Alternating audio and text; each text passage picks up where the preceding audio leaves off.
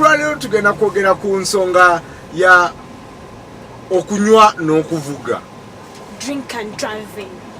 Drunken Mu driving. Luzungu, they call it drunken driving. And police has told us that 30% of the accidents in Uganda are caused due to drunken driving. Abantu abasinga munywa ne mumala ne muvuga. So leero tugenda kwogera ku eyo ensonga tutunulire engeri gy'okendeza ennamba ate what should the police in Uganda do to reduce the numbers ultimately of accidents on our roads. Bw'oba olina ekyokwogera tujja kuwa opportunity during the show obeereko n'ekyotesa. I'll start by asking generally, waliwo wano yali avuze ng'anywa oba yali anywedde ng'avuga? Nalivuzeeko naye nga nywedde. Kyali kitya wamma? Saasanga buzibu bwonna. Navuga bulungi neetuuka. Have you ever done that? Or have you ever been driven by someone who is drunk? Yeah, for me, I think most people who drives, they drink. Because like when you go to town, you are going back to Gaza, you are going back to Kawempe, maybe any part of Kampala. Yes.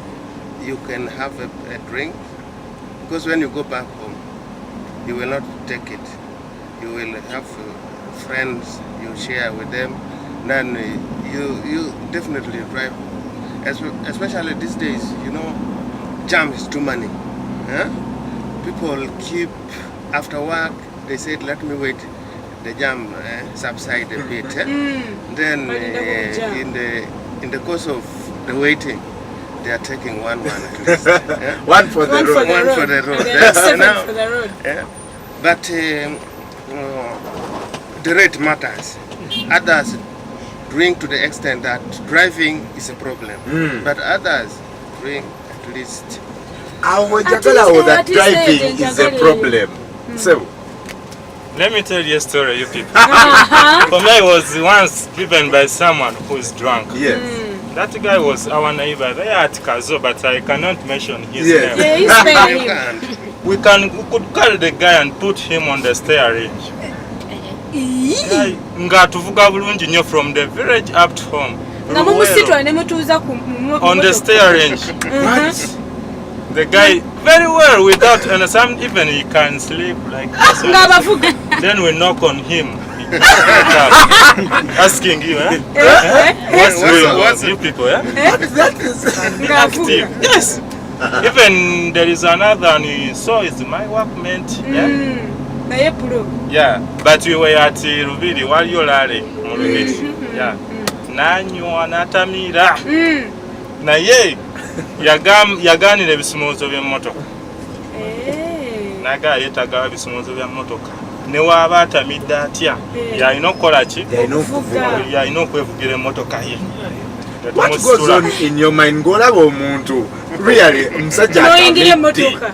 n'oyingira emmotoka n'otuula n'okkiriza bamaze kuwummuza abeera awummuza birowoozo n'avuga awummuza birowoozo omwenge ogwo abasinga obungi bawummuza ebirowoozo Anti ebirowoozo si bye biwummula byokka, ebigere biwummula, emikolo ne biwummula, buli kimu kyonna ne kiwummula. bavuga kuba n'atanywa naye akola accident nabo bangi.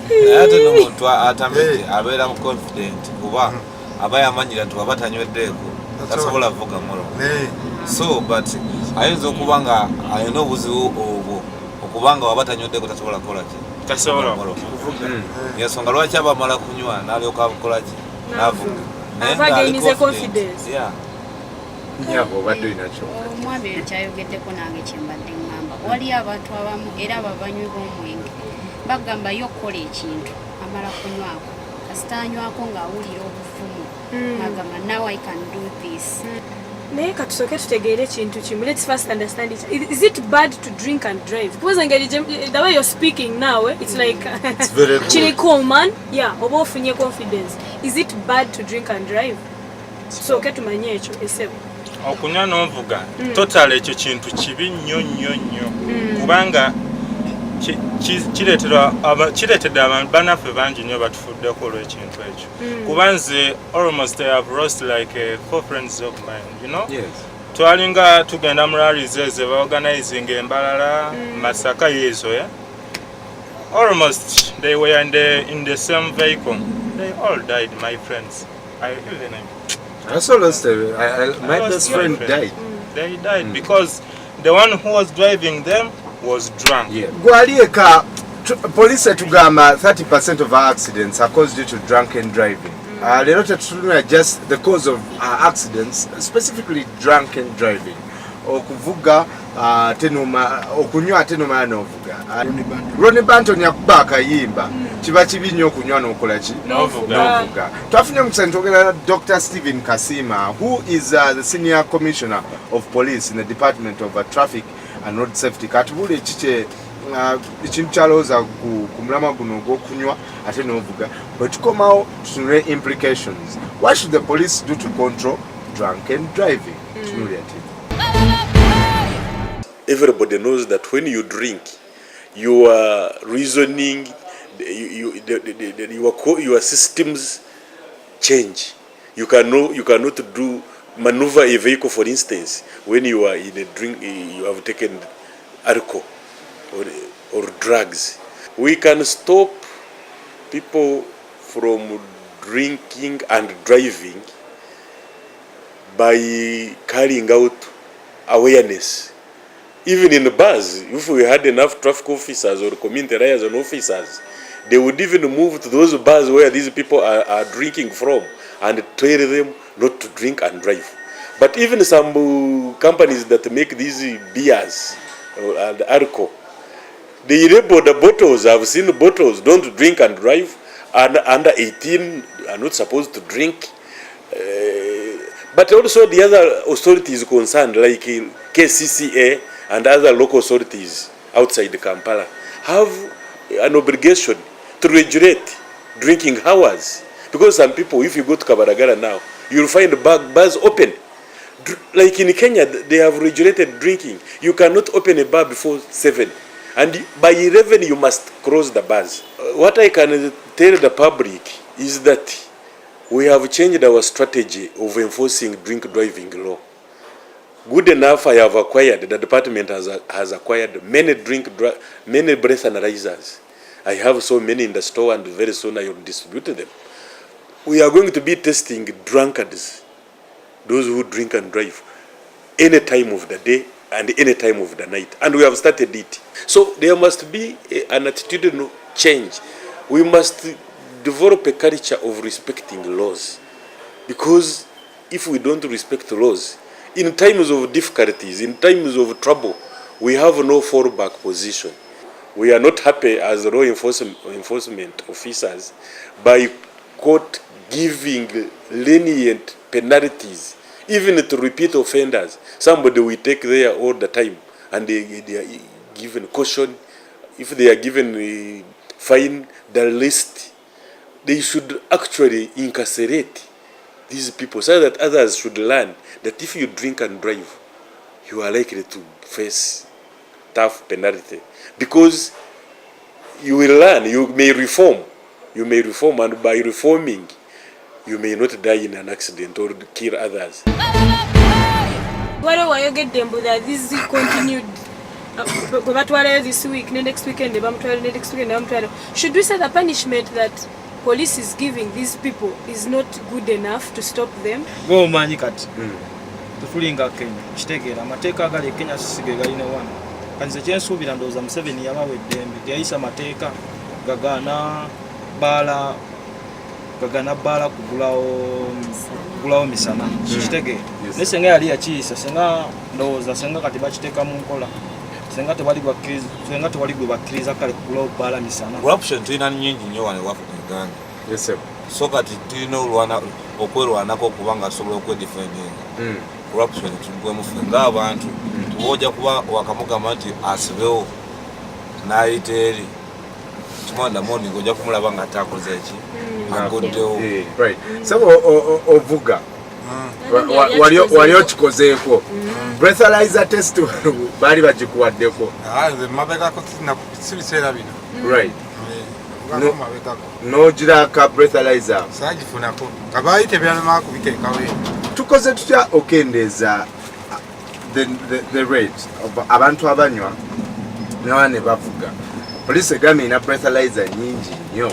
They are there in the store. Ensonga eyo gana amateeka ge baateeka ku bantu abo gakubya byayi gatya gwe n'okwata omuntu y'omu anywedde n'omussaayo n'asasula ate oluusi ng'asasudde n'obusente butono kintu kidogo n'avaayo. Tomorrow in the morning omuntu y'omu ne bamuzza okiraba kintu kidogo n'avaayo kati kitegeeza go amateeka gakwasisa abantu abo gakubya byayi seba bassaako etteeka ekkakali erisobola okukwata abantu abo kuba kati nze actually nze ndi musiraamu supportinga kintu ekyo kintu kibi nnyo ekyo anaddala kati nga bwe nabagambye wali nti abantu bakola ki baafu. Olowooza poliisi yaffe traffic police eyina kyekozeeko? Because okay, for me I think you find now more ekoze kyamaanyi naye ebonerezo egaba bitono. What should be the punishment? Ebonerezo byegaba byakusaba ssente singa eteekawo okusiba onywedde omwenge ovuze abantu tukusibe myezi 5 tebajja kuddamu kunywa naye bwoga anyweddeko avuze lita y'emitwalo 10 tukute 10 gyonna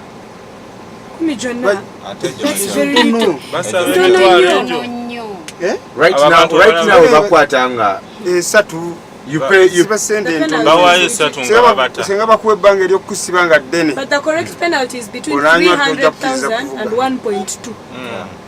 Some information for breathalyzers, if you're doing a breathalyzer test and the legal alcohol limit in Great Britain, nsije tuko penyo. This is the legal alcohol limit: 35 micrograms of alcohol per 100 millimeters of breath. How much is the millimeter? Those are probably 2 bottles. For private people, these ones who drive my cars, 2 glasses of wine, ngobota midday, and 80 milligrams of alcohol in 100 millimeters of blood. In Uganda, ours is 35 micrograms per 100 millimeters of blood for private drivers, and 20 micrograms per 100 millimeters of blood for passenger service vehicle driving. We asked you on Facebook what you think. Senya Malaso says they're just being big-headed and stupid, because if you really value your life and they tell you that it's dangerous to drink and drive, then why do you do the same? At least get someone to drive you, even when you're drunk. I think it's the best. And we've seen campaigns of take one for the road. Not take one beer for the road, but take one person for the road. Preferably someone who does not drink. Kabula Michael says one thing that I have learned from Abadia Mary is that they always want to do the opposite of the law. If you wake up one day and they say don't drink and drive, they will drink and drive. So I think let's legalize alcohol, and trust me, they want to drink and drive. Michael,